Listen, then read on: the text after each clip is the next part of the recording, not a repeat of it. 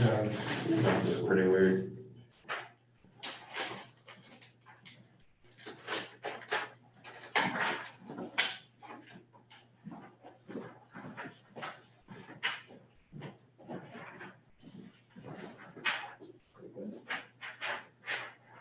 You just took a lunch here with me.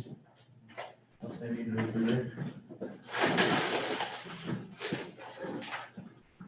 I gotta get to class. Oh, you're fine? Those last two still need dice. Pennies. Oh, you're still eating.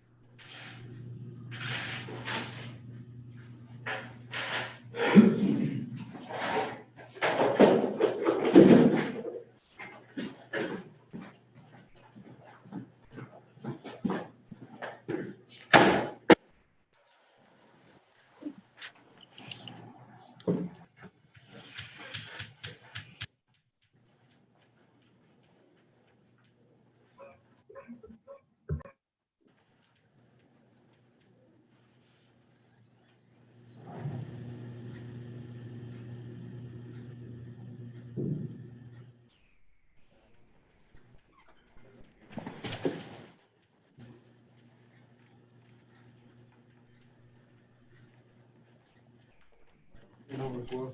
Okay. I don't know if I'll have enough folks to use the overflow room. Okay. We might.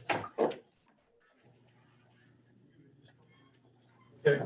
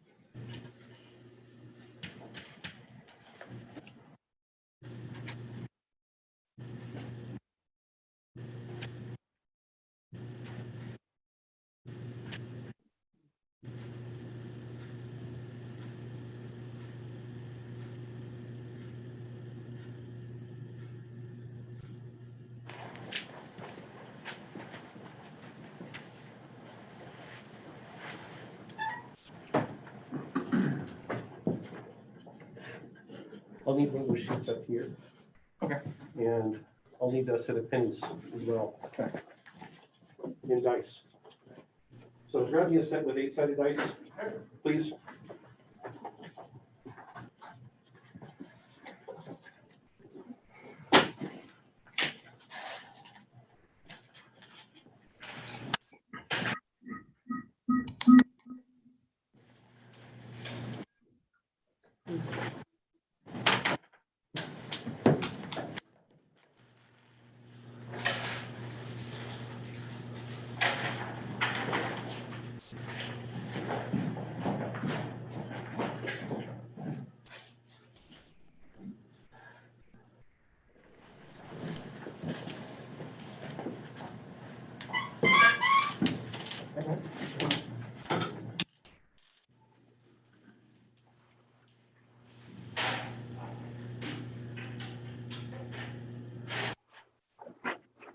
Raven, when I do this activity up here, I want to have your laptop camera focused on the tabletop. Can you Okay. do that?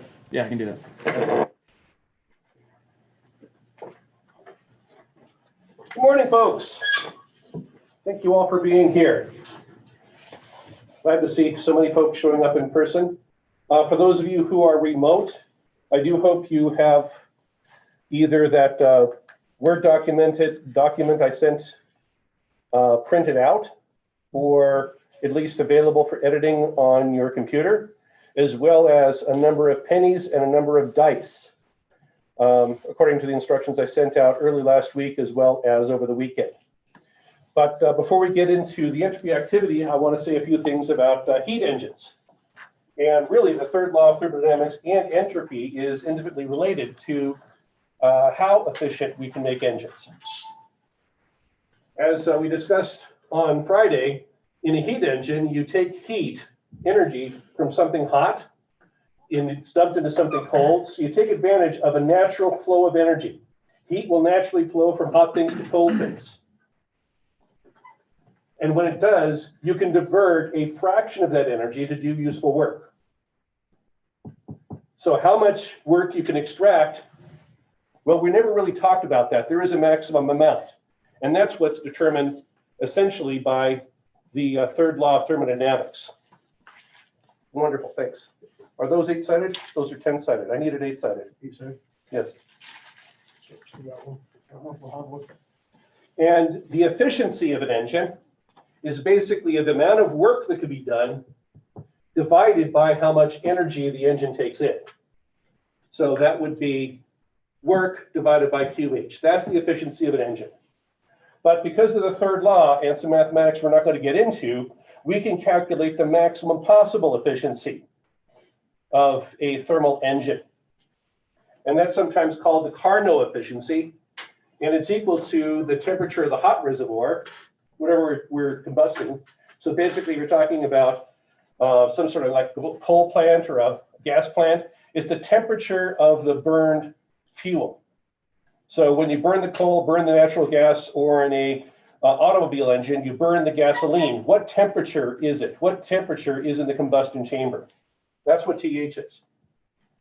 And TC is the temperature at which you dump that heat.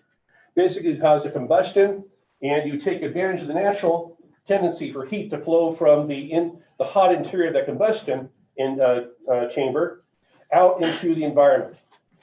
And so for a typical automobile temperature, that would pretty much be the outside air temperature. It's frankly a little bit lower, a little bit higher than that because of some complications of the exhaust system. We're worried about you're trying to limit pollutants, but it's pretty close to the outside temperature of the air. And that would be then the TC. But in order for this to work, these temperatures have to be in terms of absolute zero. So you have to use Kelvin degrees. You cannot use Celsius degrees or Fahrenheit. It's got to be in Kelvin in order for this expression to be correct. So for example, if you have 0 degrees Celsius outside, that would imply, if you use Celsius degrees here, a 100% efficient engine. And that is, no, that doesn't work. We can't have that. So you have to use Kelvin degrees. So as an example, if we take a typical gasoline engine, and let's say typical efficiencies of gasoline engines turn out to range from 20% to as high as 40%. That's the highest efficiency we've been able to get with an engine. And you're not going to find that 40% efficient engine on the market because it's basically a prototype and it's too expensive to actually have for mass production. So a typical efficiency actually turns out to be 25%. So if you take in 10,000 joules in energy from in the combustion chamber from burned gasoline, and you end up exhausting 75,000 joules of that out into the air, siphoning away 2,500 joules, that gives you an efficiency of this 2,500 joules, the work done, divided by the heat you take in from the burning fuel to give you the efficiency of 25%, 0.25. Now, typical operating temperatures in the combustion chamber of a gasoline engine are several hundred degrees Celsius, basically close to 500 degrees Fahrenheit. But I'm not going to use Fahrenheit. And typical outside temperature on a nice warm day would be about 27 degrees. And so converting this to Kelvin degrees, basically you add 273 because 0 degrees Celsius is 273 degrees Kelvin. So 273 plus 227 gives us 500 Kelvin for our hot temperature. And 273 plus 27 gives us 300 degrees Kelvin. So for a typical gasoline-powered engine that you might have in your own car, the maximum efficiency operating between these temperatures, basically this is pretty much fixed. The hot temperature in the combustion chamber, what can change is the efficiency of the outside air.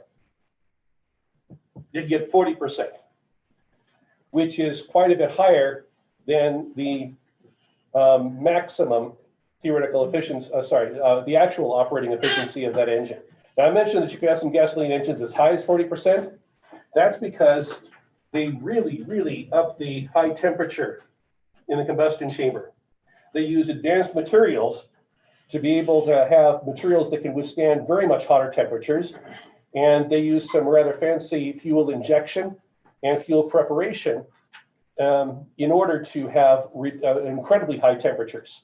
So instead of 500 Fahrenheit in combustion, just to throw it into Fahrenheit, if you're more familiar with that, you can have in some of these prototype engines combustion temperatures as high as 800 Fahrenheit, which means they can have operating efficiencies in the range of about 40%, with theoretical efficiencies as high as 60%.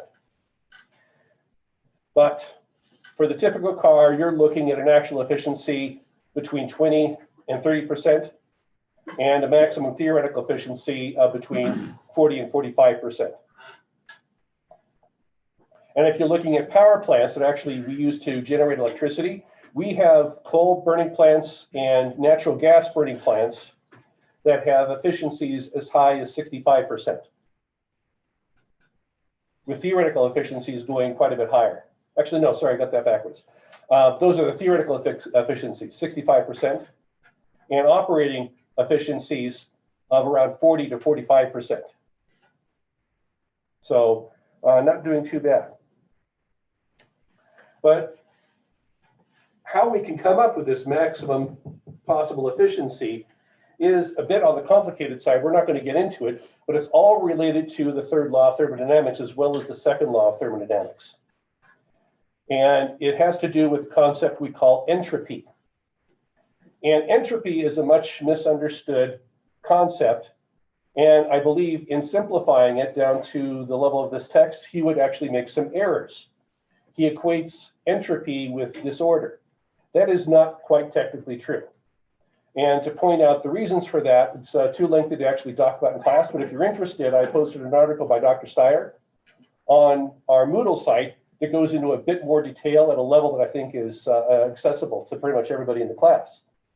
So it's worth reading.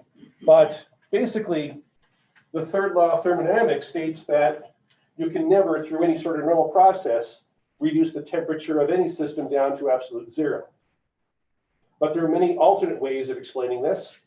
And the third law was initially come up through experimental observation.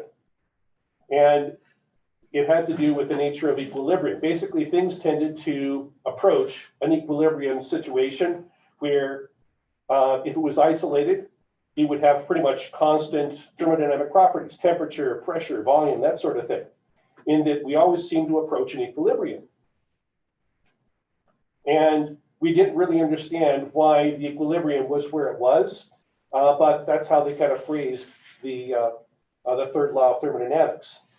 But once we started investigating the kinetic theory of gases and its implications, a statistical interpretation of the third law was developed. And now, instead of being rather, in fact, all of laws of thermodynamics, instead of being, this is just what we observe, and it's so very consistent, we're going to call it a law, to now we have a theoretical foundation for all of thermodynamics based on the concept of entropy.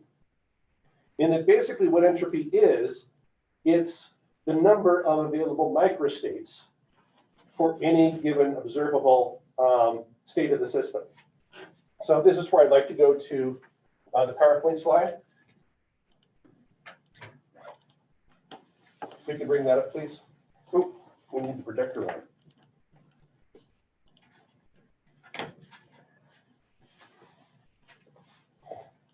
In that a microstate is basically, imagine considering every single particle in the system and being able to catalog theoretically what the position of that particle is, what its velocity is, basically determine at any instant the kinetic energy of any given particle in the system. Yet a macrostate is, say, if we look at the air in this room, the temperature of the air in this room, the pressure of the air in this room, and the volume of the air in this room. That's what a macrostate is called. Basically, it's macroscopic thermodynamic properties that you can measure. And a microstate is, imagine having any possible situation of the distribution of kinetic energies between individual molecules that would give us an observed temperature, pressure, and volume. And so if we measure a higher temperature, that means we have microstates where many of the molecules have more kinetic energy, for example. So let's go ahead and hit the slide change.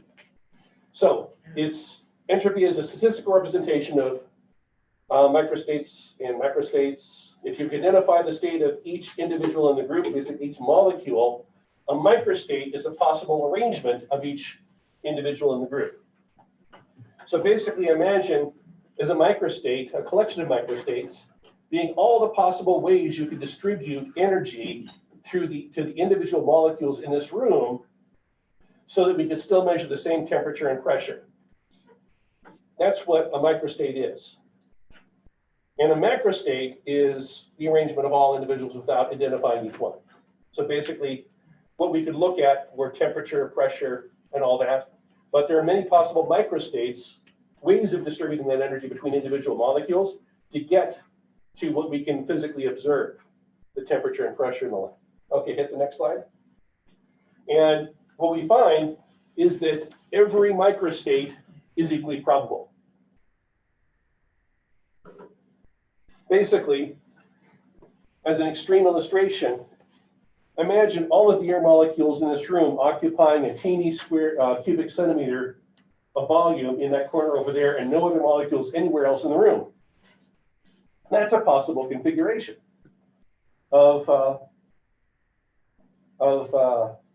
the molecules, their position, imagine their energies, and imagine a microstate at some instant of what we might normally expect, where the molecules are evenly distributed throughout the room in spatial separations and kind of an even distribution of energies.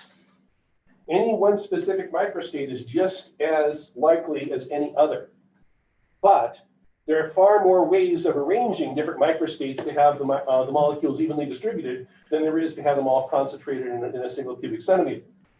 So with every microstate being equally probable, just considering the distribution in space of the molecules, the number of possible microstates you have where the molecules are more evenly distributed versus concentrated in a single cubic centimeter is huge. To the point, if you had to wait to see when all the molecules would be concentrated in that 1 cubic centimeter up there, you'd have to wait on the order of several million times the expected lifetime of the universe in order to even have the slight chance of observing that. So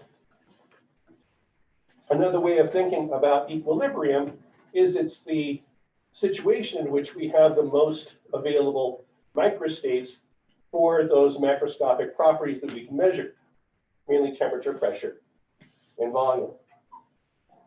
And the probability of a macrostate is the sum of the number of microstates for that macrostate divided by the total number of microstates for the system. Again, this is quite statistical and fairly mathematical, but it's been amazingly successful in explaining all of thermodynamics. So basically, the more likely microstates we have, okay, the more likely a microstate, that means there's going to be more microstates. Did I say that right? A macrostate, its likelihood is determined by the number of microstates that are possible with that macrostate. Okay, next slide. So we're going to go into an example here. If we imagine a system that only has 6 particles, and there's only two possible states for those particles, think of that as a coin, like up and down, heads or tails.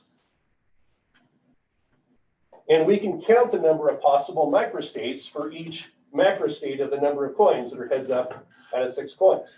So consider a macrostate being, say, half heads, half tails. That's one macrostate. And another macrostate could be all heads. Or another macrostate could be all tails. And by the way, these slides are all posted on the website, so you can make commentary notes, that would be helpful, but writing down everything that shows up in these slides is not necessary because you can refer to that later. And so we would have a total of 6 possible macrostates where we have either no heads, 1, 2, 3, 4, 5, 7, thank you, 7, where we have either all heads, no heads, like 3 heads, etc. And the number of microstates then for each macrostate is the number of possible arrangements of all the coins, such that we either have either all heads or all tails or whatever. So basically, there's only one microstate corresponding to us all having tails, and one microstate corresponding to us all having heads. Yet there are 20 different ways you could arrange it such that you have 3 heads and 3 tails between all those coins. You'd have to, count that up, or use the binomial distribution. But for, say, having 1 head, well, you've got 6 coins, and you could have the first coin heads and all the others tails, or you could have the second coin heads and all the others tails, or the third coin heads and all the others tails. So it's pretty clear that there's 6 microstates possible for the situation where you have 1 head out of 6 coins. Does that make sense? So we're just basically counting the number of ways of configuring things. And if you do that for 2, keep in mind you can switch the coins around. You get 15 and then 20. And so what that means is, with every single microstate being equally probable, since there's 20 microstates for the case where you have half heads and half tails, that's going to be far more likely than having a situation where you could toss 6 coins, you're going to get heads for all 6. Does that make sense? And so if we look at the probability, which is the number of microstates divided by, the sum of all the microstates, which is 64, we see that we get about a 30% chance of having half heads, half tails, yet only a under 2% chance for having either all heads or all tails.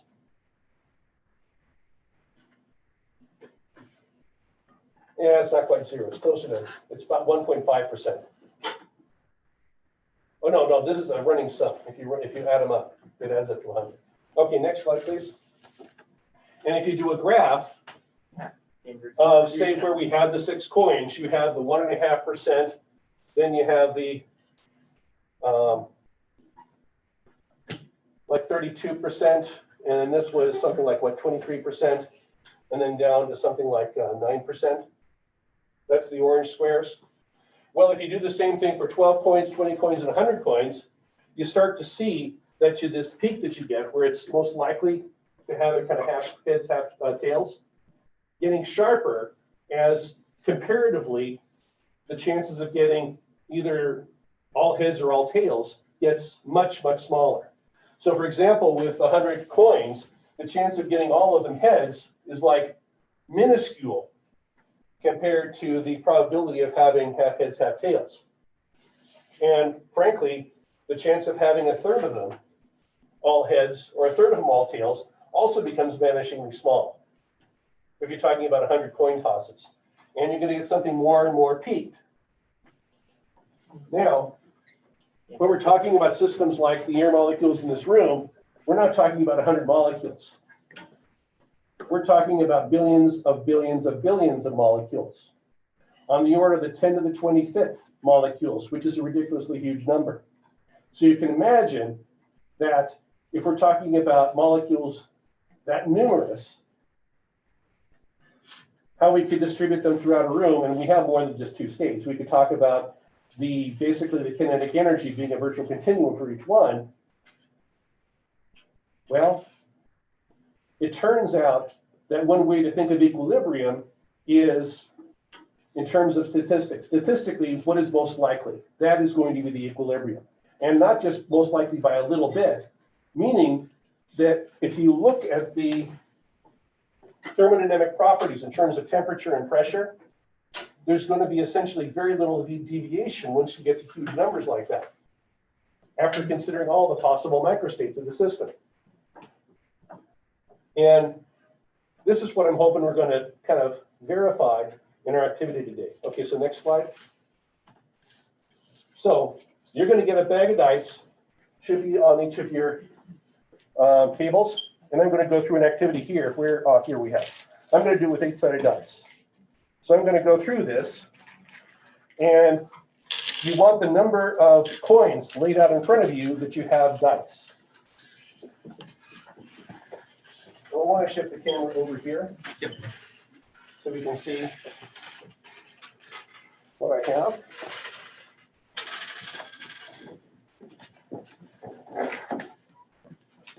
And so I'm going to write on my, I've got 8 dice, they're 8-sided.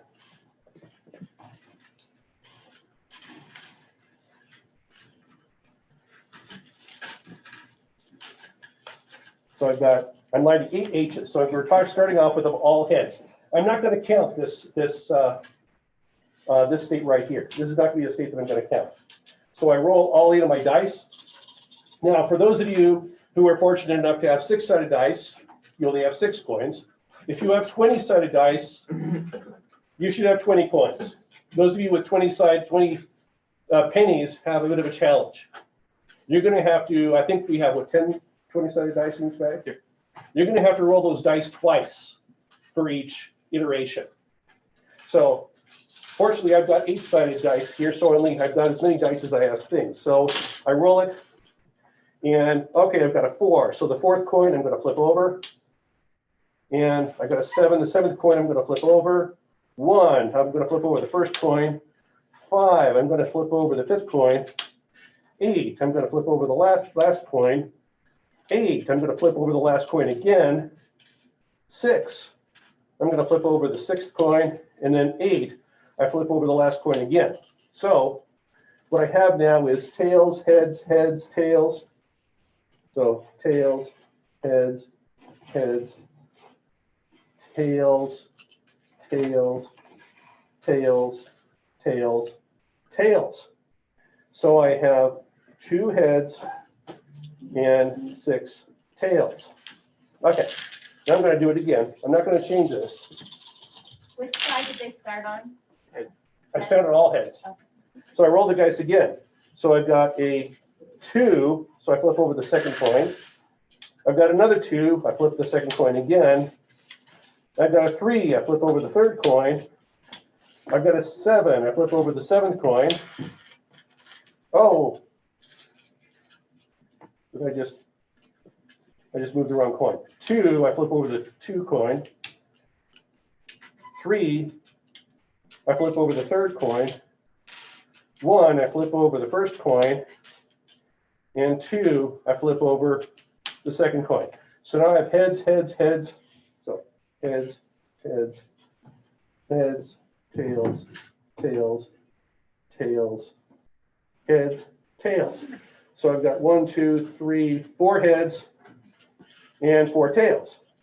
And then I'm going to do it again. I'm just going to keep doing this.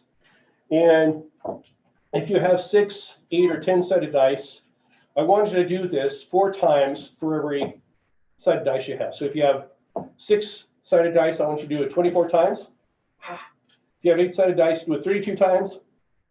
And try to do 40 times if you have 10-sided dice. So 20-sided die, folks, just keep doing it until we finish. Because you're not probably going to get to 80 trials. And in the past, we've done this in pairs. So one person takes notes while another person rolls, and then we switch. But just to keep the contact low, I want everybody to do it by themselves. So don't bother listing your partner on this. Just list your name. And we'll then collect these and I'll try to analyze them, and probably by Friday, be able to give you the data, and hopefully they'll have curves like what we have. Is there another? There's a question. Do you reset the coins and put them all back to heads after every set? No. Or leave them how they are? Nope, you leave them where they are. So each time I did not change the coins. But I rolled 8 dice with my 8 sides before taking data. So if I were to do this a third time, I would basically not change the coins. In fact, I'm going to go ahead and do that now. So I've got a 4. I'm going to flip over the 4th coin, which was tails. 2, I'm going to flip over the 2nd coin, which was heads. 8, flip over the last coin. 3, flip over the 3rd coin. 7, flip over the 7th coin. 3, flip over the 3rd coin again, goes back to heads. 6, that's this guy. And then 8, that's this guy. So my next time around, I would have heads, tails, heads, heads, tails, heads, tails, tails. So 1, 2, 3, 4 heads and 4 tails. Any other questions? So you want us to record at the end of each roll, how many heads, how many tails? Right. And then the next roll, how many heads and how many tails? Right. And just do that off to the side. And if you don't have enough space on the front of the sheet, turn it over and start working on the back. There should be enough for, quite a few rolls that way. And like if I have 5, 3 times, so flip it 3 times? Yes. Okay. So if you have 3 5s, that's flip the 3rd coin once, twice, 3 times. So I mean, kind of like flipping a Thank coin. you. Right.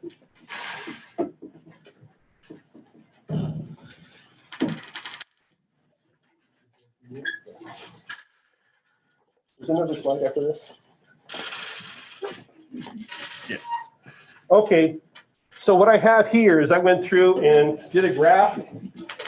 And ignore the first data point after a number of rolls because it's like 100% heads. But you can see with 6-sided dice, it pretty much was consistent with half heads and half tails almost all the time. And not once did I get all heads or all tails. That's actually kind of unlikely. I should have had at least one where I had either all heads or all tails, but I didn't. Okay, next slide. And then looking at histogram of these, after 10 rolls, 20 rolls, 30 rolls, 40 rolls, 50 rolls of these 6-sided dice, we got something that looks more and more like a bell curve, which is what we should expect statistically if this was a random process.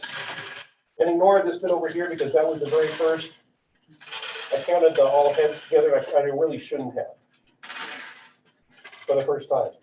And I think that's the last slide. Question? I have 20-sided dice, but I only got 10 pennies. What'd you say? I have a 20-sided dice, but I only got 10 pennies. Yeah, that means for each roll, you have to roll all those dice twice. So each time you recall, you have to roll your whole set. The problem is, I couldn't scrounge together that many 20-sided dice. So then do you want her to have 20 pennies total? Yes, you should have 20 pennies. I thought that was clear. You told us 1 penny per die. Yes, per side of die. I was very clear with AJ at least this morning. So if you have 12-sided dice, you should have 12 coins. If you have 10-sided dice, you should have 10 coins. If you have 20-sided dice, you should have 20 coins. So raise your hand if you need more coins. Can I exchange these? I can't let's see if I can tell very well. Here's some change. Use the same coins for pulling make aluminum foil boats. Thank you. And so they're frequently dumped in water. Okay.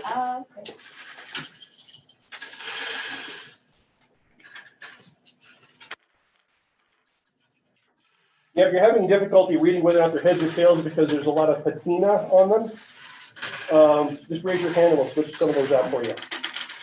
Matter like exactly which ones are heads and which ones are tails, or? No, you just need to count the total number, but when you're flipping them, you need to keep track. Like always call one coin always coin number 1, the other coin always coin number 2. So that when you roll a 2, you're only flipping the 1 coin each time.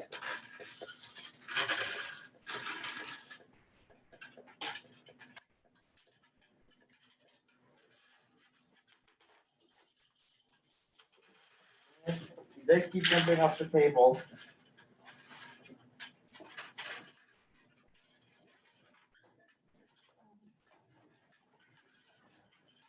I think it went over there.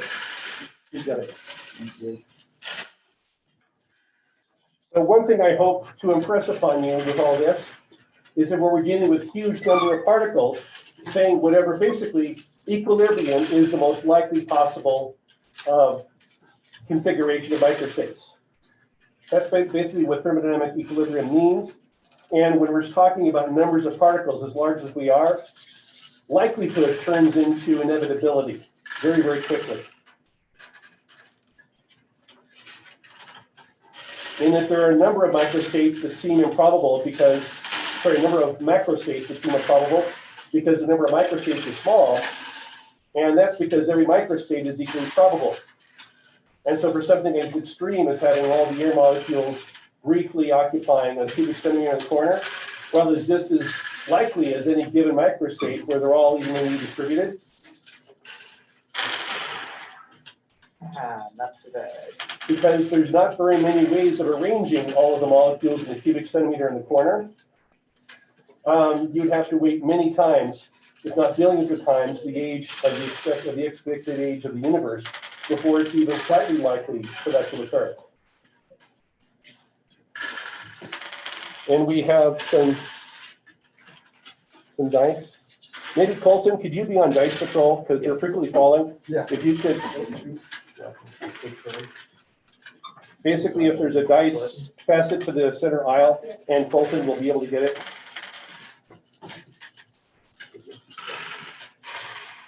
And again, if you are handling dice that other people have handled, you want to be sure to use a hand sanitizer before you leave the classroom.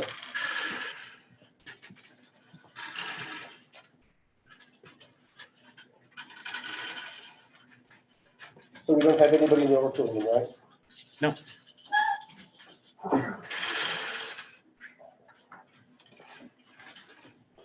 Is there anybody that's attending remotely that does not have dice? Have you seen any chat to that effect? No, just hit that one question I already asked. Okay. I've been paying for this my whole life.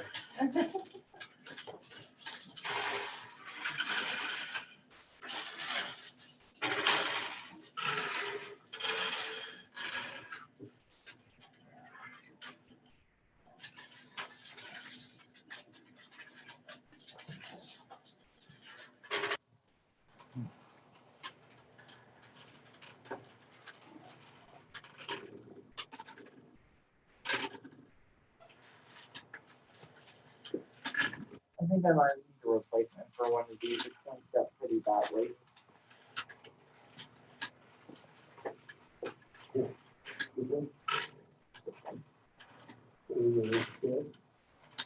I can't even tell. No, look at it, flip it over. I already replaced it. There's had Okay.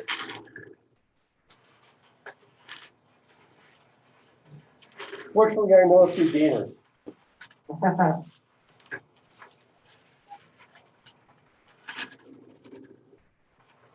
Are these dice familiar to many of you? Maybe to a couple? Well, back in the early 1970s, I was very much interested in gaming. And one of the very popular games back then was called Napoleonic, specifically System 7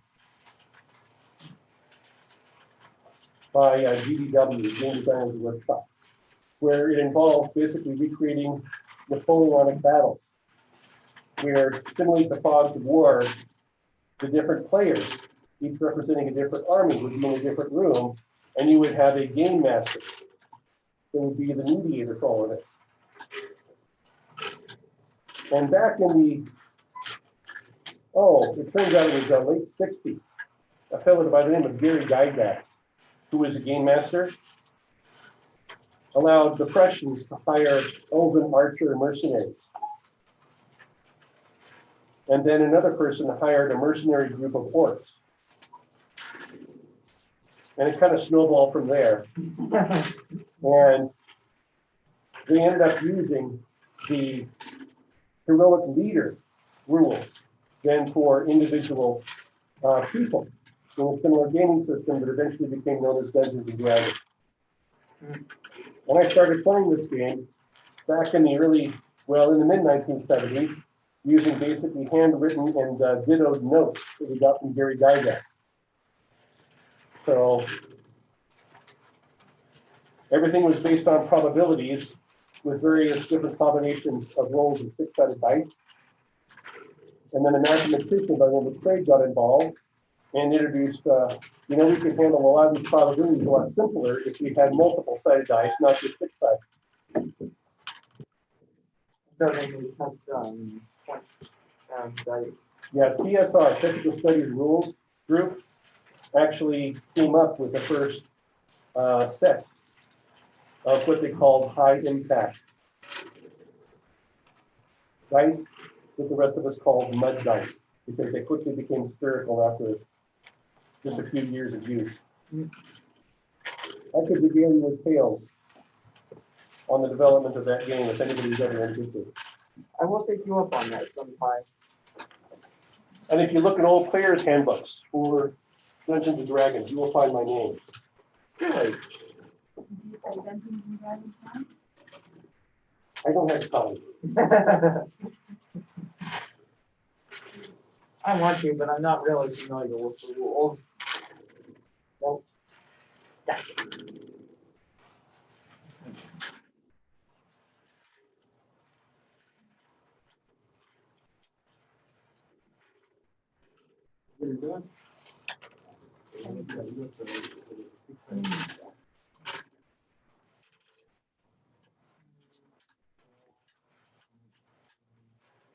We have a sided set of 20-sided in the other room.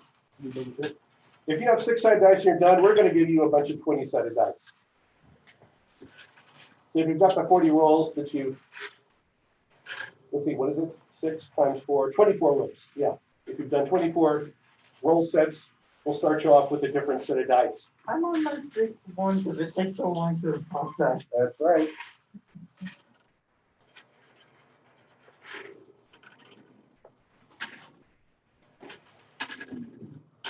Did you put your six-sided dice back in the bag? The bags are labeled depending on who we got them from. So this took many gamers to come up with this many dice.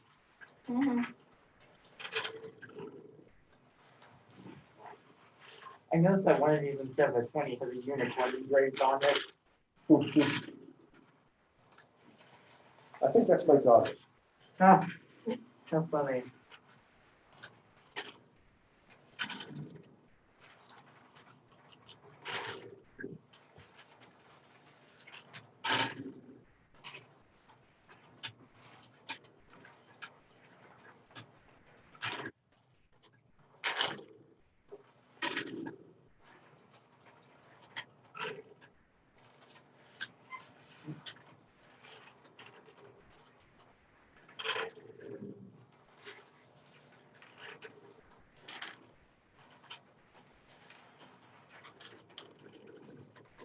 We have one set of 20, so that makes us 12.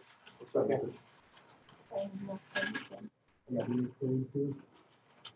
Yeah, she's going to be 14 or 20. 14, 12, 20, 20. Yeah, that's 20. So you got 14 there? We got 26 now. Okay, take 6 away. Okay.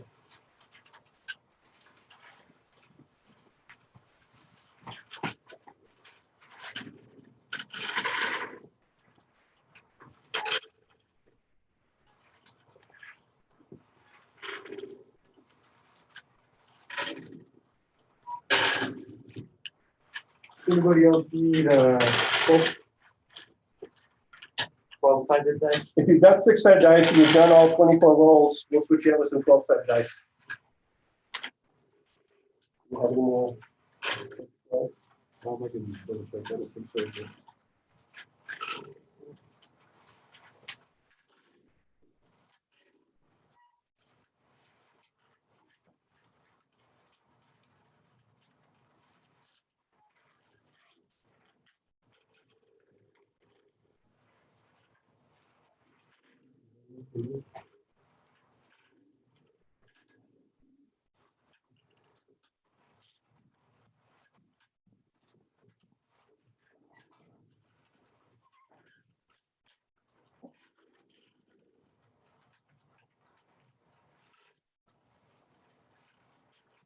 Where, oh, by your foot.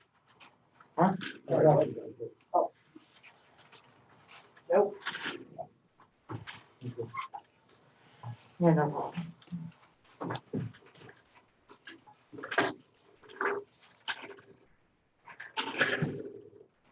Container that you can actually have theory roll, Yes, you can get a computer to do this quite quickly. But I wanted something a bit more visceral I figured. than a phone app. If they make phone apps for all guys. I don't even use that for it. I can do this on my phone with Google Assistant. So it's a lot more cumbersome than having actual dice on hand. Faster this way.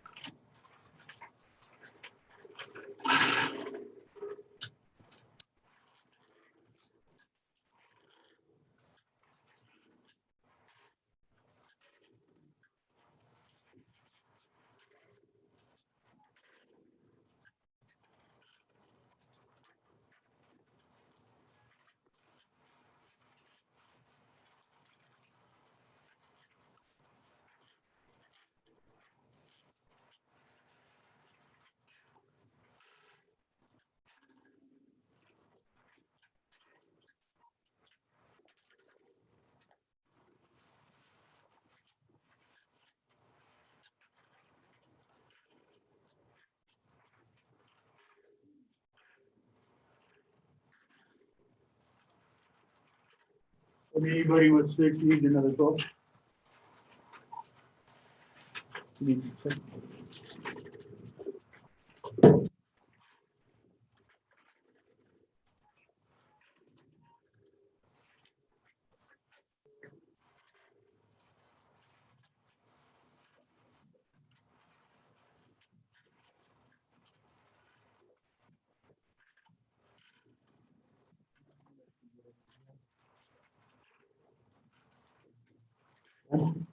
Yes, we can finish it. You get 10? Yeah. Yeah.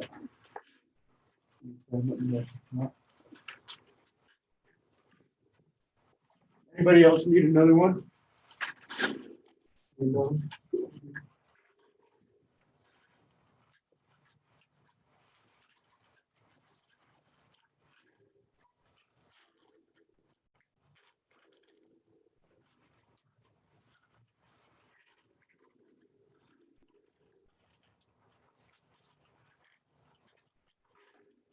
For those of you who are online, once you finish the activity, if you got 6-sided dice, try for about 30 rolls.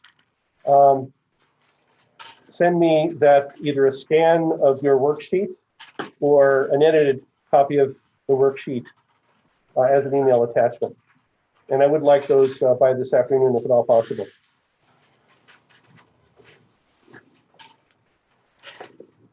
Make it a new one. Yeah.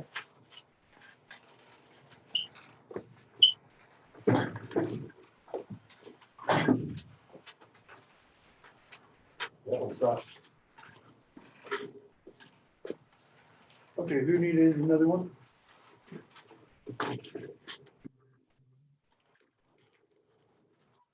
I can do electroplating. Would it be worthwhile to nickel plate? So it doesn't corrode. I'm thinking maybe just steel wool. Okay. Would be easier, and we don't need to do it for a lot of them. Maybe have 2 different sets of coins, one to be used for this activity, the others we use for the aluminum foil boats. Okay. The ones where we use them for basically weights for the pendulum activity is not important. Mhm. So it's gotta be a low priority thing. Okay. For some of these just in time.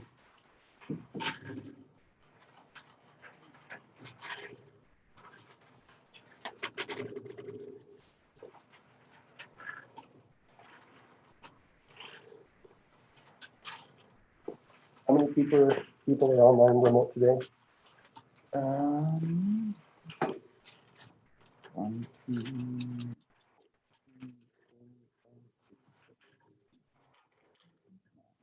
9. Okay. We have about 6 students that are being quarantined. Okay. That are gonna need to take it online, the exam on Wednesday. Okay. And they're gonna need it proctored. So I think I'd like you to help out with basically just in the classroom with exams. Okay. And if we don't have people in the overflow room, I'd like to use Colton to proctor Okay. for one of the people online. Making arrangements for Charlie and Rex also be here during the time to proctor different students, because it's basically, Okay. since it's got to be a separate Zoom session. Mhm. One proctor per student. Okay. And then we have other times during the day, again, we're having people take it later. But I'll probably be grabbing Colton as a tutor, as a proctor. Okay.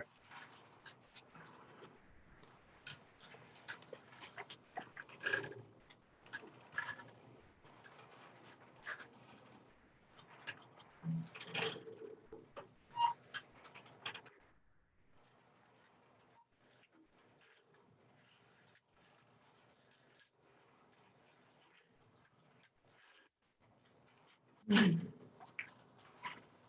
at 14 trials. Really. Not gonna happen. You're only gonna get-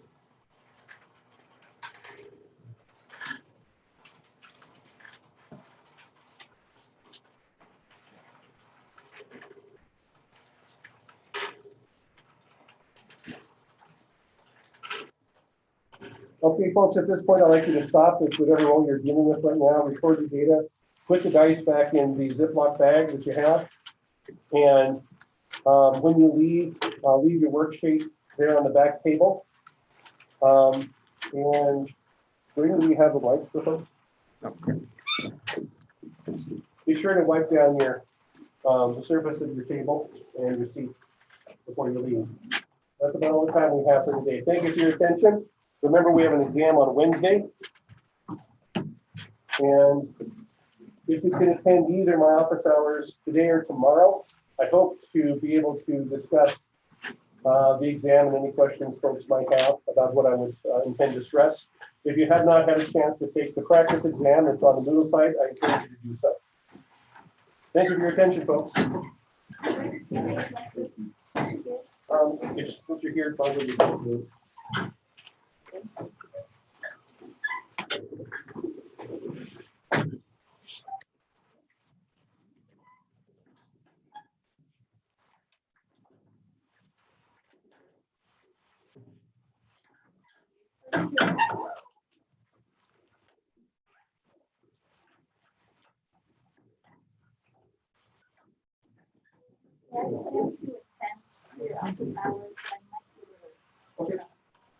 Thank you.